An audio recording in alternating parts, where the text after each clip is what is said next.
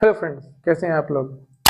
आज हम करने वाले हैं क्लास 10 का साइंस का second chapter acid basis and salts. Acid और बेस आज के हम वीडियो में कवर करेंगे और सॉल्ट्स जो है वो नेक्स्ट वीडियो में कवर करेंगे। तो एसिड समझाने से पहले मैं आपको एक चीज बताता हूँ। देखिए, एक बीकर में हमने पानी लिया और पानी में हमने नमक घोला। नमक यानी कि सॉल्ट जो आपके घर में होता है, व्हाइट कलर का सॉल्ट। उसका केमिकल फॉर्मूला क्या है? NaCl, right. इसको हमने पानी में घोला। जो हम इसको पानी में घोलते हैं, नमक को पानी में घोले, तो उसको हम कहते हैं हमने नमक का एक्वस सोल्यूशन बना दिया। क्या बना दिया? Aqueous, AQUEOUS, aqueous solution.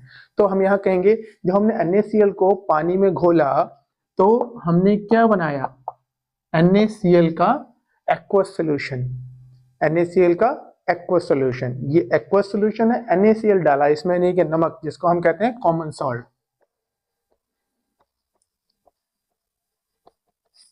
जिसको हम कहते हैं कॉमन सॉल्ट, जो हम एक घर में हमारे टेबल पे रखा होता है, हम खाने में डालते हैं, वही सॉल्ट है ये। जब हम इसको पानी में घोलते हैं, सोल्यूशन बनाते हैं, तो ये हो गया aqueous solution of sodium chloride. ये क्या है? Sodium chloride. ये क्या बन गया? Aqueous solution of sodium chloride, right.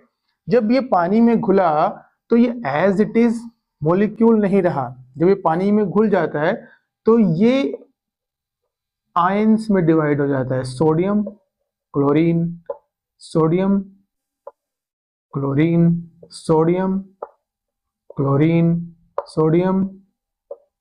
अब जब ये पानी में घुल जाता है तो ये दो आयंस में बढ़ जाता है। आयंस क्या होते हैं? यहां पर सोडियम और क्लोरीन आयंस। सोडियम पर पॉजिटिव चार्ज होता है और क्लोरीन पर नेगेटिव चार्ज होता है। तो ये सोडियम आयन और ये क्लोरीन आयन, ये सॉल्ट जब पानी में घुला तो दो आयंस में बट गया, sodium ion and chlorine ion. इसे हम कहते हैं डिसोशिएट हो गया। सोडियम आयन और क्लोरीन आयन में डिसोशिएट हो गया। कब? जब ये नमक, ये NaCl पानी में घुला। पानी में घुलने के बाद जब इसका एक्वस सोल्यूशन बन गया तो ये दो आयंस में, इसके अंदर दो आयंस की फॉर्म में मौजूद है। ये सोडियम के ऊपर पॉजिटिव चार्ज है, क्लोरीन के ऊपर नेगेटिव चार्ज है। तो इसको हम क्या बोलते हैं? पॉजिटिव चार्ज है तो इसको हम बोलते हैं कैटायन। क्या बोलते हैं? कैटायन।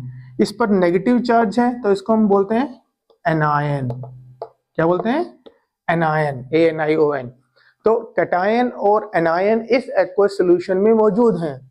सोडियम जो कि एक कैटायन है, इस पर पॉजिटिव चार्ज है। क्लोरीन जो कि एक एनायन है, उस पर नेगेटिव चार्ज है। इस सोल्यूशन में सोडियम आयन और क्लोरीन आयन दोनों मौजूद हैं। और इसको हम क्या कह रहे हैं? Aqueous solution. एक्वस सोल्यूशन क्यों कहा? क्योंकि पानी के अंदर हमने सोडियम क्लोराइड को घोल दिया। तो ये बातें आपको याद रखनी है। एक्वस सोल्यूशन में कैटायन और एनायन बन जाते हैं। वो सॉल्ट जो इसमें हमने डाला वो कैटायन और एनायन की फॉर्म में उसके अंदर मौजूद रहता है। अब देखिए, ये मैंने क्यों बताया। इसी तरह से हम एसिड को समझेंगे। जैसे मैंने कहा कि जो हमने पानी के अंदर इसको घोल दिया, एक्वस सोल्यूशन बनाया सोल्ट का, तो सोल्ट जो है वो दो आयंस में डिसोशिएट हो गया, कैटायन और एनायन उसके अंदर मौजूद है। इसी तरह से जो हमारे एसिड्स होते हैं, एसिड्स और बेसिस, बेसिस, जो हमारे एसिड्स और बेसिस होते हैं वो ऐसे केमिकल्स हैं जो जब पानी में घोले जाते हैं, जब उनका एक्वस सोल्यूशन बनाया जाता है, तो वो अलग अलग कैटायन और एनायन देते हैं, राइट। तो अब देखिए,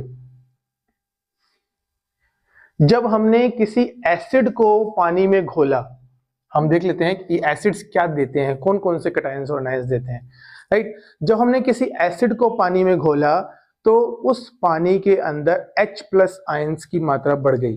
H+ आयंस रिलीज किए। किसने रिलीज किए? एसिड ने। तो ऐसा chemical, the chemical which in its aqueous solution gives H+ ions, ऐसा केमिकल जो पानी में घोलने पर H प्लस आयंस देता है उसको हम कहते हैं एसिड, राइट। और ऐसा केमिकल जो पानी में घुलने पर OH नेगेटिव आयंस देता है उसको हम कहते हैं बेस। तो एसिड्स क्या देता है? H plus ions. किसमें? एक्वस सॉल्यूशन में। क्या देता है? H plus ions in aqueous solution, right. और बेस देता है OH नेगेटिव आयंस। अब H प्लस आयन इसको हम क्या बोलते हैं? क्योंकि पॉजिटिव चार्ज है तो उसको क्या बोलते हैं? कैटायन।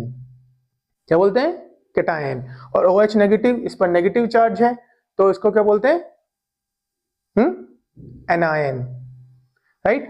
तो ये OH नेगेटिव आयंस देता है अपने एक्वस सॉल्यूशन में। तो एसिड और डेफिनेशन की ये एसिड और बेस की डेफिनेशन हो गई। एसिड की एसिड डेफिनेशन है the chemicals which in its aqueous solution gives H plus ions, और base the chemicals which gives OH negative ions in its aqueous solution. तो ये एसिड्स और बेस की डेफिनेशन हो गई, ठीक।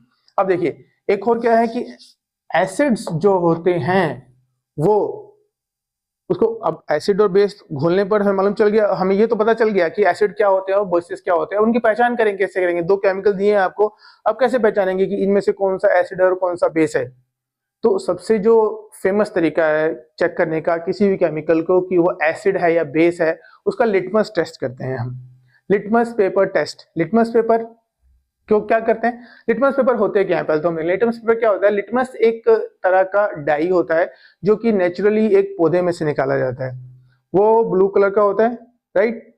और उसमें क्या होता है, जब एसिड के साथ उसको मिलाया जाता है तो उसका जो ब्लू कलर होता है वो रेड में चेंज हो जाता है, ठीक है। ये देखिए यहाँ पर मैं दो लिटमस पेपर आपके लिए लेकर आया हूँ। ये है ब्लू लिटमस पेपर जो आप देख रहे हैं कि ब्लू कलर का है, और ये है रेड लिटमस पेपर जो कि आप देख रहे हैं कि रेड कलर का है। तो एसिड क्या करता है? एसिड क्या करता है? इस ब्लू लिटमस पेपर को रेड में कन्वर्ट कर देता है। अगर हम एक एसिड में ऐसे पेपर को डुबाएं तो ये कलर जो है, इसका जो ब्लू कलर है वो रेड में चेंज हो जाएगा, राइट, रेड में। और इस रेड वाले को अगर बेस में डुबाएं, बेसिक सोल्यूशन में, तो उसका कलर रेड ब्लू में चेंज हो जाएगा। रेड को ब्लू में बेस, ब्लू को रेड में एसिड्स, राइट। तो हम यहां पर देखते हैं, तो एसिड्स क्या करते हैं? Asset turns blue litmus, blue को किस में टर्न कर देते हैं? रेड में। Turns blue litmus into red. और बेसिस क्या करते हैं? Turns red litmus into blue, right. याद रहेगा, ये इनको पहचानने का एक तरीका हो गया कि एसिड्स क्या करते हैं? ब्लू लिटमस को रेड में कन्वर्ट कर देते हैं। अब एसिड खतरनाक है, सबने सुना है? सुना नहीं? एसिड खतरनाक होते हैं, तो खतरनाक मतलब रेड सिग्नल, तो यानी कि ब्लू लिटमस को रेड में कन्वर्ट कर देता है, एसिड खतरनाक होता है। ये से याद रहेगा कि एसिड जो है वो ब्लू लिटमस को रेड में कन्वर्ट कर देता है, और जब उसका उल्टा हो तो वो बेस है। रेड लिटमस को ब्लू में कन्वर्ट करता है तो वो base, right. Basis red litmus को ब्लू में कन्वर्ट कर देते हैं, एसिड्स ब्लू लिटमस को रेड में कन्वर्ट कर देते हैं। तो ये हो गए एसिड हमारे पहचानने के लिए। अब एसिड के थोड़े एग्जांपल्स देखते हैं। देखिए एक है HCl हाइड्रोक्लोरिक एसिड, राइट। दूसरा है H2SO4 सल्फ्यूरिक एसिड बोलते हैं इसको। क्या बोलते हैं? Sulphuric acid. तीसरा है HNO3 नाइट्रिक एसिड बोलते हैं इसको। क्या बोलते हैं? Nitric acid. एक एग्जांपल और देता हूं आपको, CH3COOH, इसको बोलते हैं एसिटिक एसिड। अब एक चीज इन सब एसिड्स में कॉमन है। क्या कॉमन है? आप देख पा रहे हैं, देखो HCl, H2SO4, HNO3, CH3COOH, सब में H लगा हुआ है, लगा हुआ है ना। यानी कि जब हम इन एसिड्स को पानी में घोलेंगे, एक्वस सॉल्यूशन बनाएंगे इनका पानी में घोलकर, तो ये सारे के सारे एसिड्स पानी में H प्लस आयंस देंगे, एक्वस सॉल्यूशन में H प्लस आयंस देंगे। ये आयन तभी कहेंगे हम कि ये एसिड, इनका नेचर एसिडिक है। इन सारे कंपाउंड्स का नेचर एसिडिक है। ये एसिड्स हैं, ये सारे कंपाउंड्स एसिड्स हैं, तभी हम कहते हैं कि एसिड्स H+ आयंस देता है एक्वस सॉल्यूशन में। और बेसिस कौन कौन से है, बेसिस का एग्जांपल दे लेते हैं। बेसिस के एग्जांपल में सबसे पहले होता है NaOH, right, MgOH, right, KOH, okay, CaOH, okay. Na क्या है, sodium, OH, OH negative ions वही वाला, यहां पर OH है, यहां पर भी OH है, यहां पर भी OH है और यहां पर भी OH है। तो देख के मालूम चल रहा है कि ये वो कंपाउंड्स हैं जो एक्वस सॉल्यूशन में OH नेगेटिव आयंस देंगे। तो इसलिए ये कंपाउंड्स बेसेस कहलाते हैं, बेस हैं ये एसिडिक, ये जो H+ आयंस देंगे, बेस वो जो OH नेगेटिव आयंस देंगे एक्वस सॉल्यूशन के अंदर। ये जरूरी है लिखना एक्वस सॉल्यूशन के अंदर, क्योंकि अगर वो एक्वस सॉल्यूशन में नहीं है तो वो OH नेगेटिव आयंस और H+ आयंस नहीं देंगे। जब तक वो पानी में घुलेंगे नहीं, तब तक वो आयंस रिलीज नहीं करेंगे, डिसोशिएट नहीं होंगे। तो एक्वस सॉल्यूशन के अंदर एसिड्स H+ आयंस देता है और बेस OH नेगेटिव आयंस देता है। अब इनके नाम देख लीजिए, ये सोडियम है और ये हाइड्रोक्साइड है।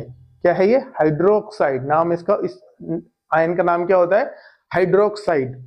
तो यह है सोडियम हाइड्रोक्साइड, यह है मैग्नीशियम हाइड्रोक्साइड, यह है पोटेशियम हाइड्रोक्साइड और यह है कैल्शियम हाइड्रोक्साइड। अभी थोड़े से एग्जांपल दिए हैं मैंने याद रखने के लिए। Sodium hydroxide, magnesium hydroxide, potassium hydroxide, calcium hydroxide, ये सारे के सारे हमारे क्या हैं, बेसिस हैं, जो कि रेड लिटमस को ब्लू में कन्वर्ट कर देते हैं, रेड लिटमस को ब्लू में कन्वर्ट कर देते हैं। ओके, एक नेक्स्ट प्रॉपर्टी इनकी क्या है, देखिए, एक तो ये हो गया, एक ये हो गया, ये हमारे एग्जांपल्स हो गए। और एसिड्स जो हैं वो सोर टेस्ट में होते हैं, उनका टेस्ट कैसा होता है, सोर। सोर मीन्स खट्टा, खट्टा होता है। खट्टा क्या होता है अभी देखेंगे। और बेसिस जो हैं वो बिटर होते हैं। बिटर मीन्स कड़वा, बिटर मीन्स कड़वा। एसिड जो होते हैं वो सोर होते हैं, बेसिस जो होते हैं वो बिटर होते हैं। अब सोर कैसे, सोर वैसे जैसे कि नींबू का रस, जैसे कि ऑरेंज का रस, संतरे का रस या लेमन का जूस, ये खट्टे होते हैं। और जैसे कि दही कई बार खट्टी हो जाती है, तो वो किस कारण से खट्टी होती है, या वो नींबू का रस क्यों खट्टा होता है, या वो ऑरेंज का रस क्यों खट्टा होता है, वो इन एसिड्स की प्रेजेंस के कारण ही खट्टा होता है। एसिड इनमें प्रेजेंट होते हैं। जैसे कि मैं एग्जांपल देता हूं, सोर है orange, lemon, vinegar, curd, okay. और बिटर में क्या है, बिटर यानी बेसिस में क्या है, बेसिस में कौन कौन से होते हैं, बेसिस में सबसे पहले होता है हमारा baking soda, baking soda, baking soda होता है। बेकिंग सोडा का इस्तेमाल करते हैं हम कई बार, अगर आपको मधुमक्खी काट लेती है तो उसके ऊपर थोड़ा बेकिंग सोडा ऐसे ऐसे रब किया जाता है। अब क्यों रब किया जाता है वो भी बात में बताएंगे आपको हम। देखो हमारा एग्जांपल हो गया बेकिंग सोडा। दूसरा क्या एग्जांपल होता है, टूथपेस्ट। टूथपेस्ट जो हम टूथपेस्ट करते हैं वो बेसिक नेचर का होता है, वो भी बेस है एक। नेक्स्ट है हमारा soap solution. Soap solution, soap solution मतलब जैसे कि आप अगर कपड़े धोने वाले साबुन को पानी में घोलते हैं तो वो पानी का नेचर कैसा होता है, बेसिक नेचर का होता है, वो सोप सोल्यूशन होता है। तो वो भी एक बेस होता है। तो हमारे पास ये हो गए। एक होता है हमारे पास सफेदी करने वाला, जो हम चूने को पानी में मिलाते हैं सफेदी करने के लिए शुरू में, तो उसको बोलते हैं स्लेक लाइम। क्या बोलते हैं, स्लेक्ड लाइम। तो वो भी बेसिक नेचर का होता है। तो ये एसिड्स, ये बेसिस, राइट, ओके, ये सब कुछ हो गया। अब इसके बाद जैसे हमने बताया कि एसिड और बेसिस को देख के नहीं पहचान सकते कि वो ये एसिड है और ये बेस है, हमें उनको पहचानने के लिए कुछ चाहिए। क्या चाहिए, जैसे कि मैंने आपको दिखाया इंडिकेटर्स, इंडिकेटर्स मतलब ये blue litmus and red litmus, ये चाहिए आपको। तो इंडिकेटर्स जो क्या दिखाते हैं हमें कि कौन सा लिक्विड जो है वो बेस है और कौन सा लिक्विड जो है वो एसिडिक है, या फिर कहेंगे कि कौन सा लिक्विड एसिडिक प्रॉपर्टीज दिखाता है और कौन सा लिक्विड बेसिक प्रॉपर्टीज दिखाता है, उसको पहचानने के लिए इंडिकेटर्स की जरूरत होती है, राइट।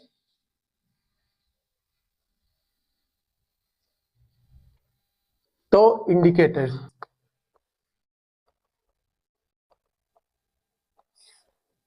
तो इंडिकेटर्स में एक होता है नेचुरल इंडिकेटर, एक होता है सिंथेटिक। नेचुरल जो नेचुरली पाया जाता है हमको, नेचुरल जो नेचुरली हम प्लांट से या एनिमल से ले लेते हैं, सिंथेटिक जो लैब में बनाया जाता है। तो ये दो तरह के इंडिकेटर्स होते हैं। नेचुरल इंडिकेटर्स में आता है लिटमस, जो मैंने आपको अभी लिटमस पेपर दिखाया, और आता है हमारा जो घर में हल्दी यूज होती है, टर्मरिक। ओके, सिंथेटिक में आता है हमारे पास मिथाइल ऑरेंज, मिथाइल ऑरेंज, और दूसरा होता है फिनोल,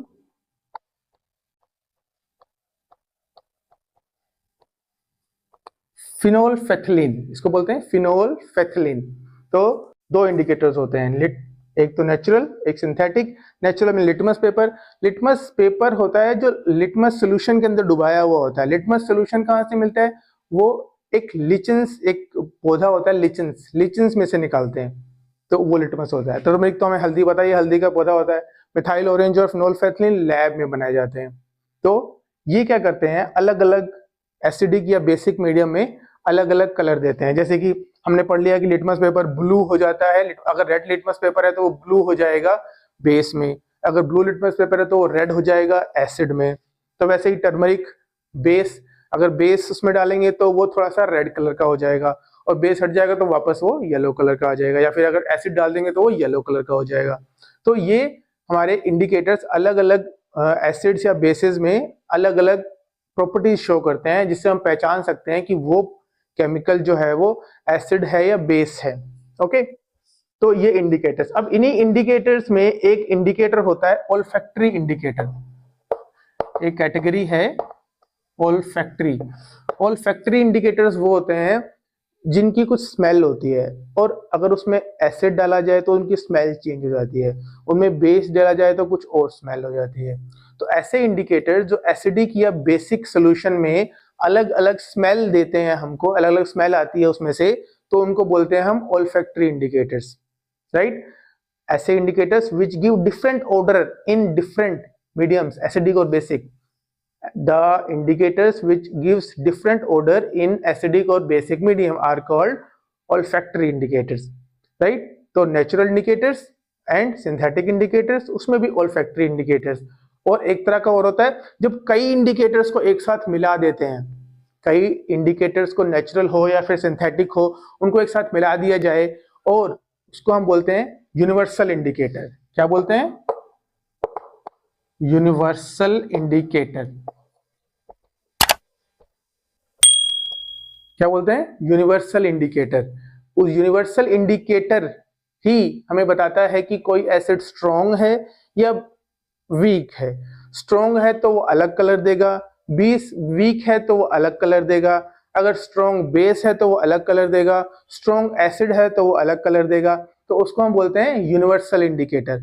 एक तरह का इंडिकेटर है, वो अलग अलग कलर देगा, सिर्फ अलग अलग एसिडिक या बेसिक मीडियम में, स्ट्रॉन्ग में, वीक में, मीडियम साइज में। तो ये देखो, ये एक मैं आपके लिए लाया हूं, ये एक यूनिवर्सल इंडिकेटर है जो अलग अलग कलर देगा अलग अलग स्ट्रेंथ वाले एसिड या बेसिस में।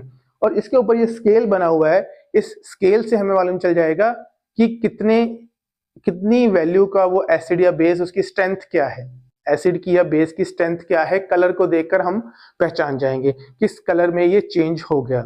ओके, तो यहां पर हमने एक और वर्ड सीखा, strength of acids and bases. Indicators के बाद कि एसिड्स या बेसिस कितनी स्ट्रेंथ है उसकी। अब ये कैसे पता चलेगा कि एसिड की स्ट्रेंथ क्या है और बेस की स्ट्रेंथ क्या है? हमने एक चीज पढ़ा कि एसिड्स जो है एक्वस सॉल्यूशन में H+ आयंस देते हैं। क्या देते हैं? H+ ions. और बेसिस क्या देते हैं? OH- ions, right.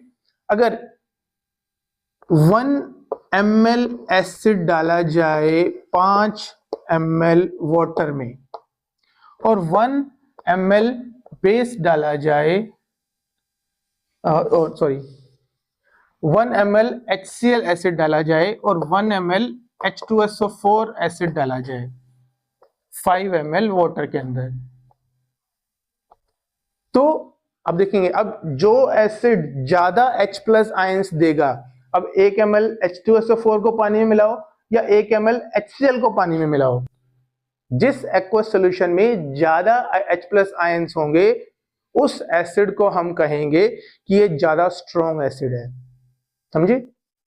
HCl और H2SO4 में से इनका सेम क्वांटिटी अगर सेम क्वांटिटी ऑफ वाटर में मिलाएंगे, 1 ml acid 1 ml HCl acid मिलाया 5 ml वाटर में, 1 ml H2SO4 मिलाया 5 ml वाटर में, तो जिस एक्वस सॉल्यूशन में H प्लस आयंस की कंसंट्रेशन या H प्लस आयंस की मात्रा ज्यादा होगी वो कहेंगे हम स्ट्रॉन्ग एसिड है, और जिसमें कम होगी उसे हम कहेंगे वीक एसिड है। ऐसे ही उसके अंदर भी अप्लाई होगा, बेसिस के अंदर भी, जो बेस ज्यादा OH नेगेटिव आयंस देगा वो स्ट्रॉन्ग बेस है, जो बेस कम OH नेगेटिव आयंस देगा वो वीक बेस है। तो इस तरह से strong acid and weak acid होते हैं। अब स्ट्रॉन्ग एसिड और वीक एसिड को कोई तरीका भी होगा ना अपने वाला, कोई स्केल होना चाहिए बताने वाला कि ये इस लेवल का एसिड है, ये इस लेवल का एसिड है, ये इस लेवल का एसिड है। तो उन एसिड और बेसिस के लेवल्स को शो करने के लिए हमने एक स्केल बनाया जिसको हम कहते हैं, क्या कहते हैं? PH scale. क्या कहते हैं? PH scale. पीएच, पी यहां पर पोटेंस होता है, पोटेंस। पोटेंस एक जर्मन वर्ड है जिसका मतलब होता है पावर। ओके, तो पीएच स्केल बनाया। पीएच स्केल कैसी है? पीएच स्केल है क्या? अब देखिए पीएच स्केल बताते हैं क्या है। पीएच स्केल में हमने क्या किया,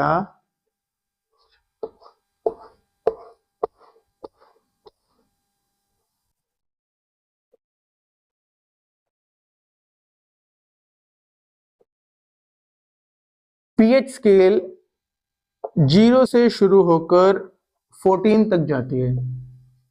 1 2 3 4 5 6 7 8 9 10 11 12 13 एंड 14 पीएच स्केल। ओके, अब स्केल क्या कहती है? स्केल कहती है जिसका पीएच 7 होगा, जिसका पीएच 7 होगा वो न्यूट्रल है। न्यूट्रल मींस ना तो वो एसिड है और ना ही वो बेस है। ओके, ना तो वो एसिड है ना वो बेस है। अगर उसकी एसिडिक स्ट्रेंथ है, मान लो HCl है, तो HCl इस पीएच स्केल में 1 नंबर पे आता है। HCl तो बहुत ज्यादा एसिडिक है, उसको 1 नंबर दिया है। फिर अगर उससे कम एसिडिक होगा तो वो 2 नंबर पे आ जाएगा या 3 नंबर पे आ जाएगा या 4 नंबर पे आ जाएगा। लेकिन हमें ये देखना है कि 7 से कम जिसका पीएच होगा, किसी भी केमिकल का पीएच निकालेंगे पहले हम और फिर देखेंगे कि वो एसिडिक है या बेसिक। अब मैं कहता हूं जी 11 पीएच आया, उसका 11 पीएच आया मतलब यहां पे आया, तो वो क्या है? वो बेसिक नेचर का है, वो बेसिक नेचर का है। और एसिडिक नेचर का कब होगा? जब 7 से कम पीएच होगा तो वो एसिडिक नेचर का होगा, वो एसिड होगा। 7 से ज्यादा पीएच होगा तो वो बेसिक होगा। पीएच क्या है?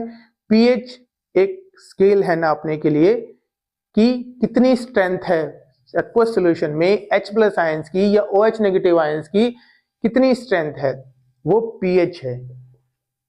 और पीएच की वैल्यू जो हम निकाल लेंगे उससे हम डिसाइड करेंगे कि वो बेसिक है या एसिडिक नेचर का है। ओके, अब यहां पर ये हमने जाना कि पीएच स्केल क्या होती है। पीएच स्केल, अब पीएच स्केल में हम पता तो लगा लेंगे। अब देखो होता क्या है, एक यूनिवर्सल इंडिकेटर जो मैंने आपको दिखाया, ये यूनिवर्सल इंडिकेटर है।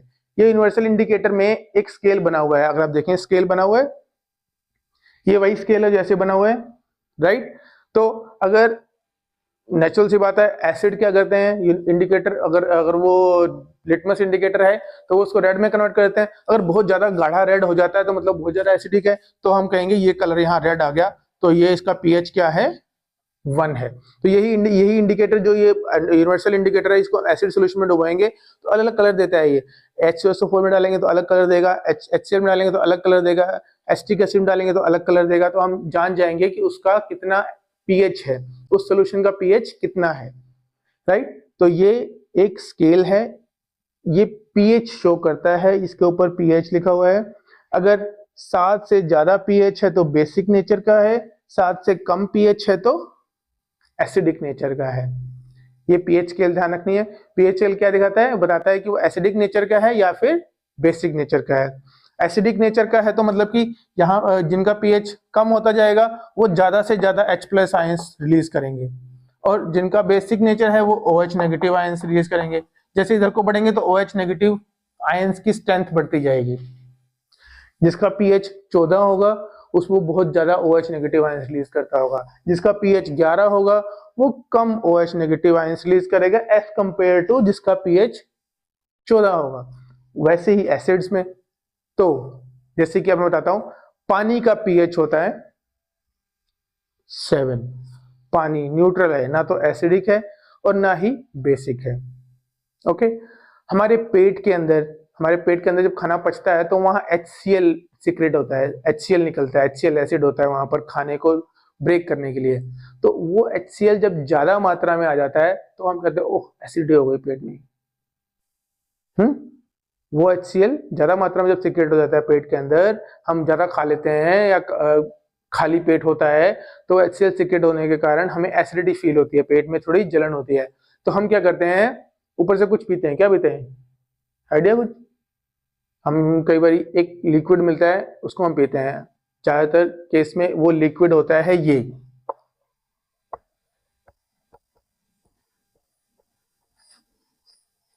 Magnesium hydroxide. अब मैग्नीशियम हाइड्रोक्साइड तो बेस है, तो ये क्या होता है, जब हम बेस को पीते हैं, बेस को पानी में घोल के, तो एसिड को न्यूट्रलाइज कर देता है, उसके इफेक्ट को खत्म कर देता है। अब यही हमारा नेक्स्ट टॉपिक है। अभी तो हम ये देखते हैं कि HCl हमारे पेट में सीक्रेट होता है जिसके कारण एसिडिटी होती है हमको, राइट। हमारी बॉडी जो है, पूरी की पूरी बॉडी या कोई भी लिविंग ऑर्गेनिज्म है, उसका पीएच 7 से लेकर 7.8 तक होता है। 7 से लेकर किसी भी लिविंग ऑर्गेनिज्म का पीएच 7 to 7.8 होता है। ओके, लिविंग ऑर्गेनिज्म का पीएच, अगर इससे ऊपर पीएच से कम पीएच होगा तो सरवाइव नहीं कर पाएगा लिविंग ऑर्गेनिज्म।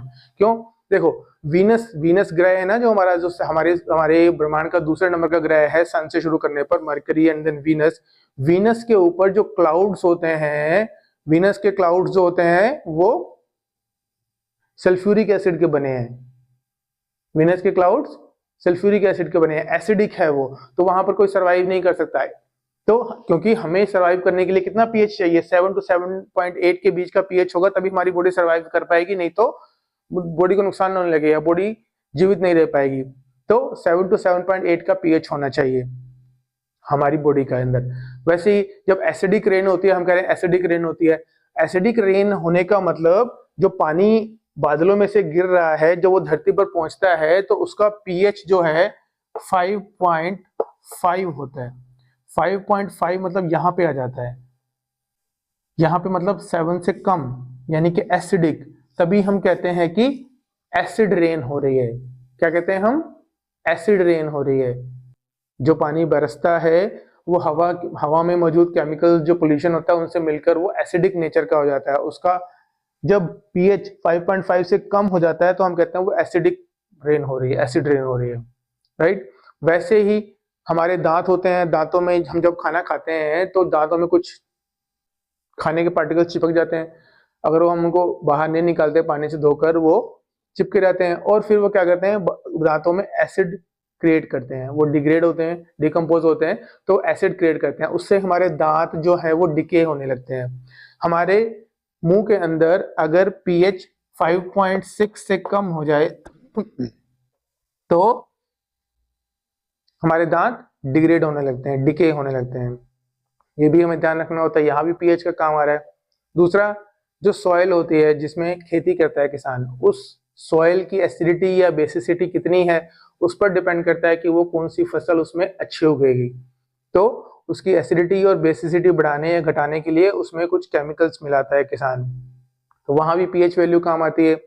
तो पीएच वैल्यू हमें दिखाती है कि कोई भी केमिकल कितना ज्यादा स्ट्रॉन्ग एसिड है या ज्यादा स्ट्रॉन्ग बेस है या कम स्ट्रॉन्ग बेस है या कम स्ट्रॉन्ग एसिड है, वो हमें बताती है।